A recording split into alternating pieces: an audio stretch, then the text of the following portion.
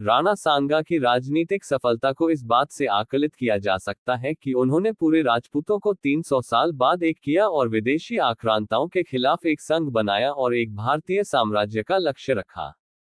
राणा सांगा ने उत्तर पूर्व की तरफ अपने राज्य का विस्तार शुरू किया और सबसे पहले सामना किया दिल्ली सल्तनत का।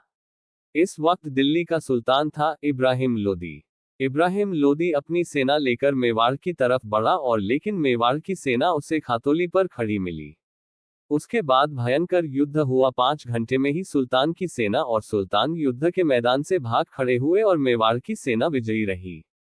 भागते हुए एक लोदी राजकुमार को बंदी बनाया गया लेकिन उसे बाद में छोड़ दिया गया। इसी युद्ध में बहादुरी से लड़ते राणा सांगा ने अपनी एक भुजा गंवा दी थी और आंख में तीर लगने से एक आंख चली गई थी। इस युद्ध के बाद मेवाड़ की सीमा हाड़ौती को पार कर गई। इब्राहिम लोदी ने अपनी हार का बदला लेने के लिए 1 साल बाद वापस से बड़ी सेना के साथ हमला किया और इस बार सेना धौलपुर में आमने सामने थी और राणा सांगा खुद अपनी घुड़सवार सेना का नेतृत्व करते हुए सुल्तान की सेना पर बिजली की तरह टूटे और कुछ ही घंटों में सुल्तान की सेना भाग खड़ी हुई। युद्ध के बाद मालवा के महत्वपूर्ण हिस्से और चंदेरी महाराणा के अंडर गए और मेवाड़ की सीमा आगरा तक जा लगी। चंदेरी मेदिनी राय महाराणा सांगा का नजदीकी साथी को सौंपा गया। इस हार पर दिल्ली में हुसैन शाह ने सुल्तान की सेना के लिए कहा, हजारों लानत है कि 30,000 घुड़सवार चंद हिंदुओं से हारकर आ गए हैं।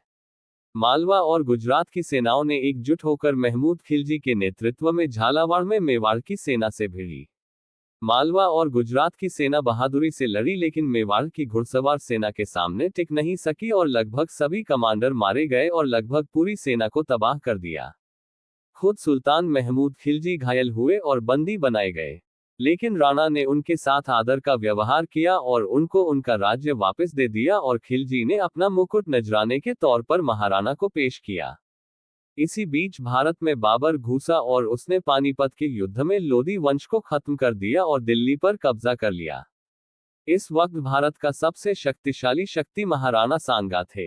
अब लड़ाई वर्चस्व की रह गई थी क्योंकि बाबर और राणा सांगा के बीच युद्ध अब तक नहीं सकता था। इस पर राणा सांगा ने राजपूतों को एक किया और राजपूत मुस्लिम और अफगान सिकंदर लोधी भी साथ आया और राजपूत अफगानों का एक संघ बना। दोनों ओर की सेना युद्ध के लिए बढ़ी और पहली भेंट बयाना भरतपुर में हुई जिसमें मेवाड़ की सेना ने मुगल सेना के हौसले पस्त कर दिए। इसके बाद बाबर ने भेद की नीति अपनाई और राजपूत चीफ सिल्हादी शिलादित्य जो मालवा से था वो गद्दार निकला। 16 मार्च 1527 को खानवा भरतपुर के पास युद्ध शुरू हुआ और शुरुआत से ही मेवाड़ की सेना मुगल सेना भारी पड़ रही थी और राणा रण में बहादुरी से लड़ रहे थे। तभी सिल्हादी अपनी सेना की टुकड़ी को लेकर बाबर की तरफ मिल गया।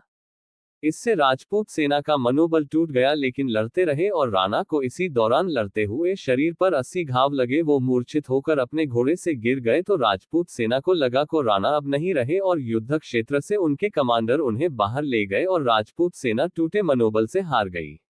जब राणा को कालपी ले जाया गया और जब राणा सांगा को होश आया तो बहुत क्रोधित हुए क्योंकि वो हार मानने को तैयार नहीं थे। पुनः अपनी सेना को संगठित होने का आदेश दिया लेकिन इसी बीच उन्हें किसी गद्दार ने खाने में जहर दे दिया और राणा सांगा की मृत्यु हो गई। इतिहास गवाह रहा है, हमारे दुश्मन में कभी हमें हराने की ताकत नहीं रही लेकिन हमारे अपनों ने गद्दारी कर हमें हरा दिया।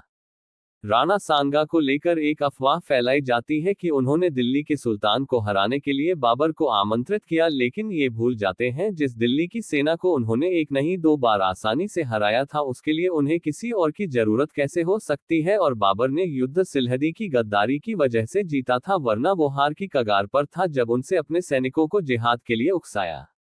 इस युद्ध के बाद दिल्ली से अफगान ताकत लगभग खत्म हो गई और मेवाड़ की बढ़ती ताकत थम गई और महाराणा प्रताप के साथ मेवाड़ का सूरज फिर उदय हुआ।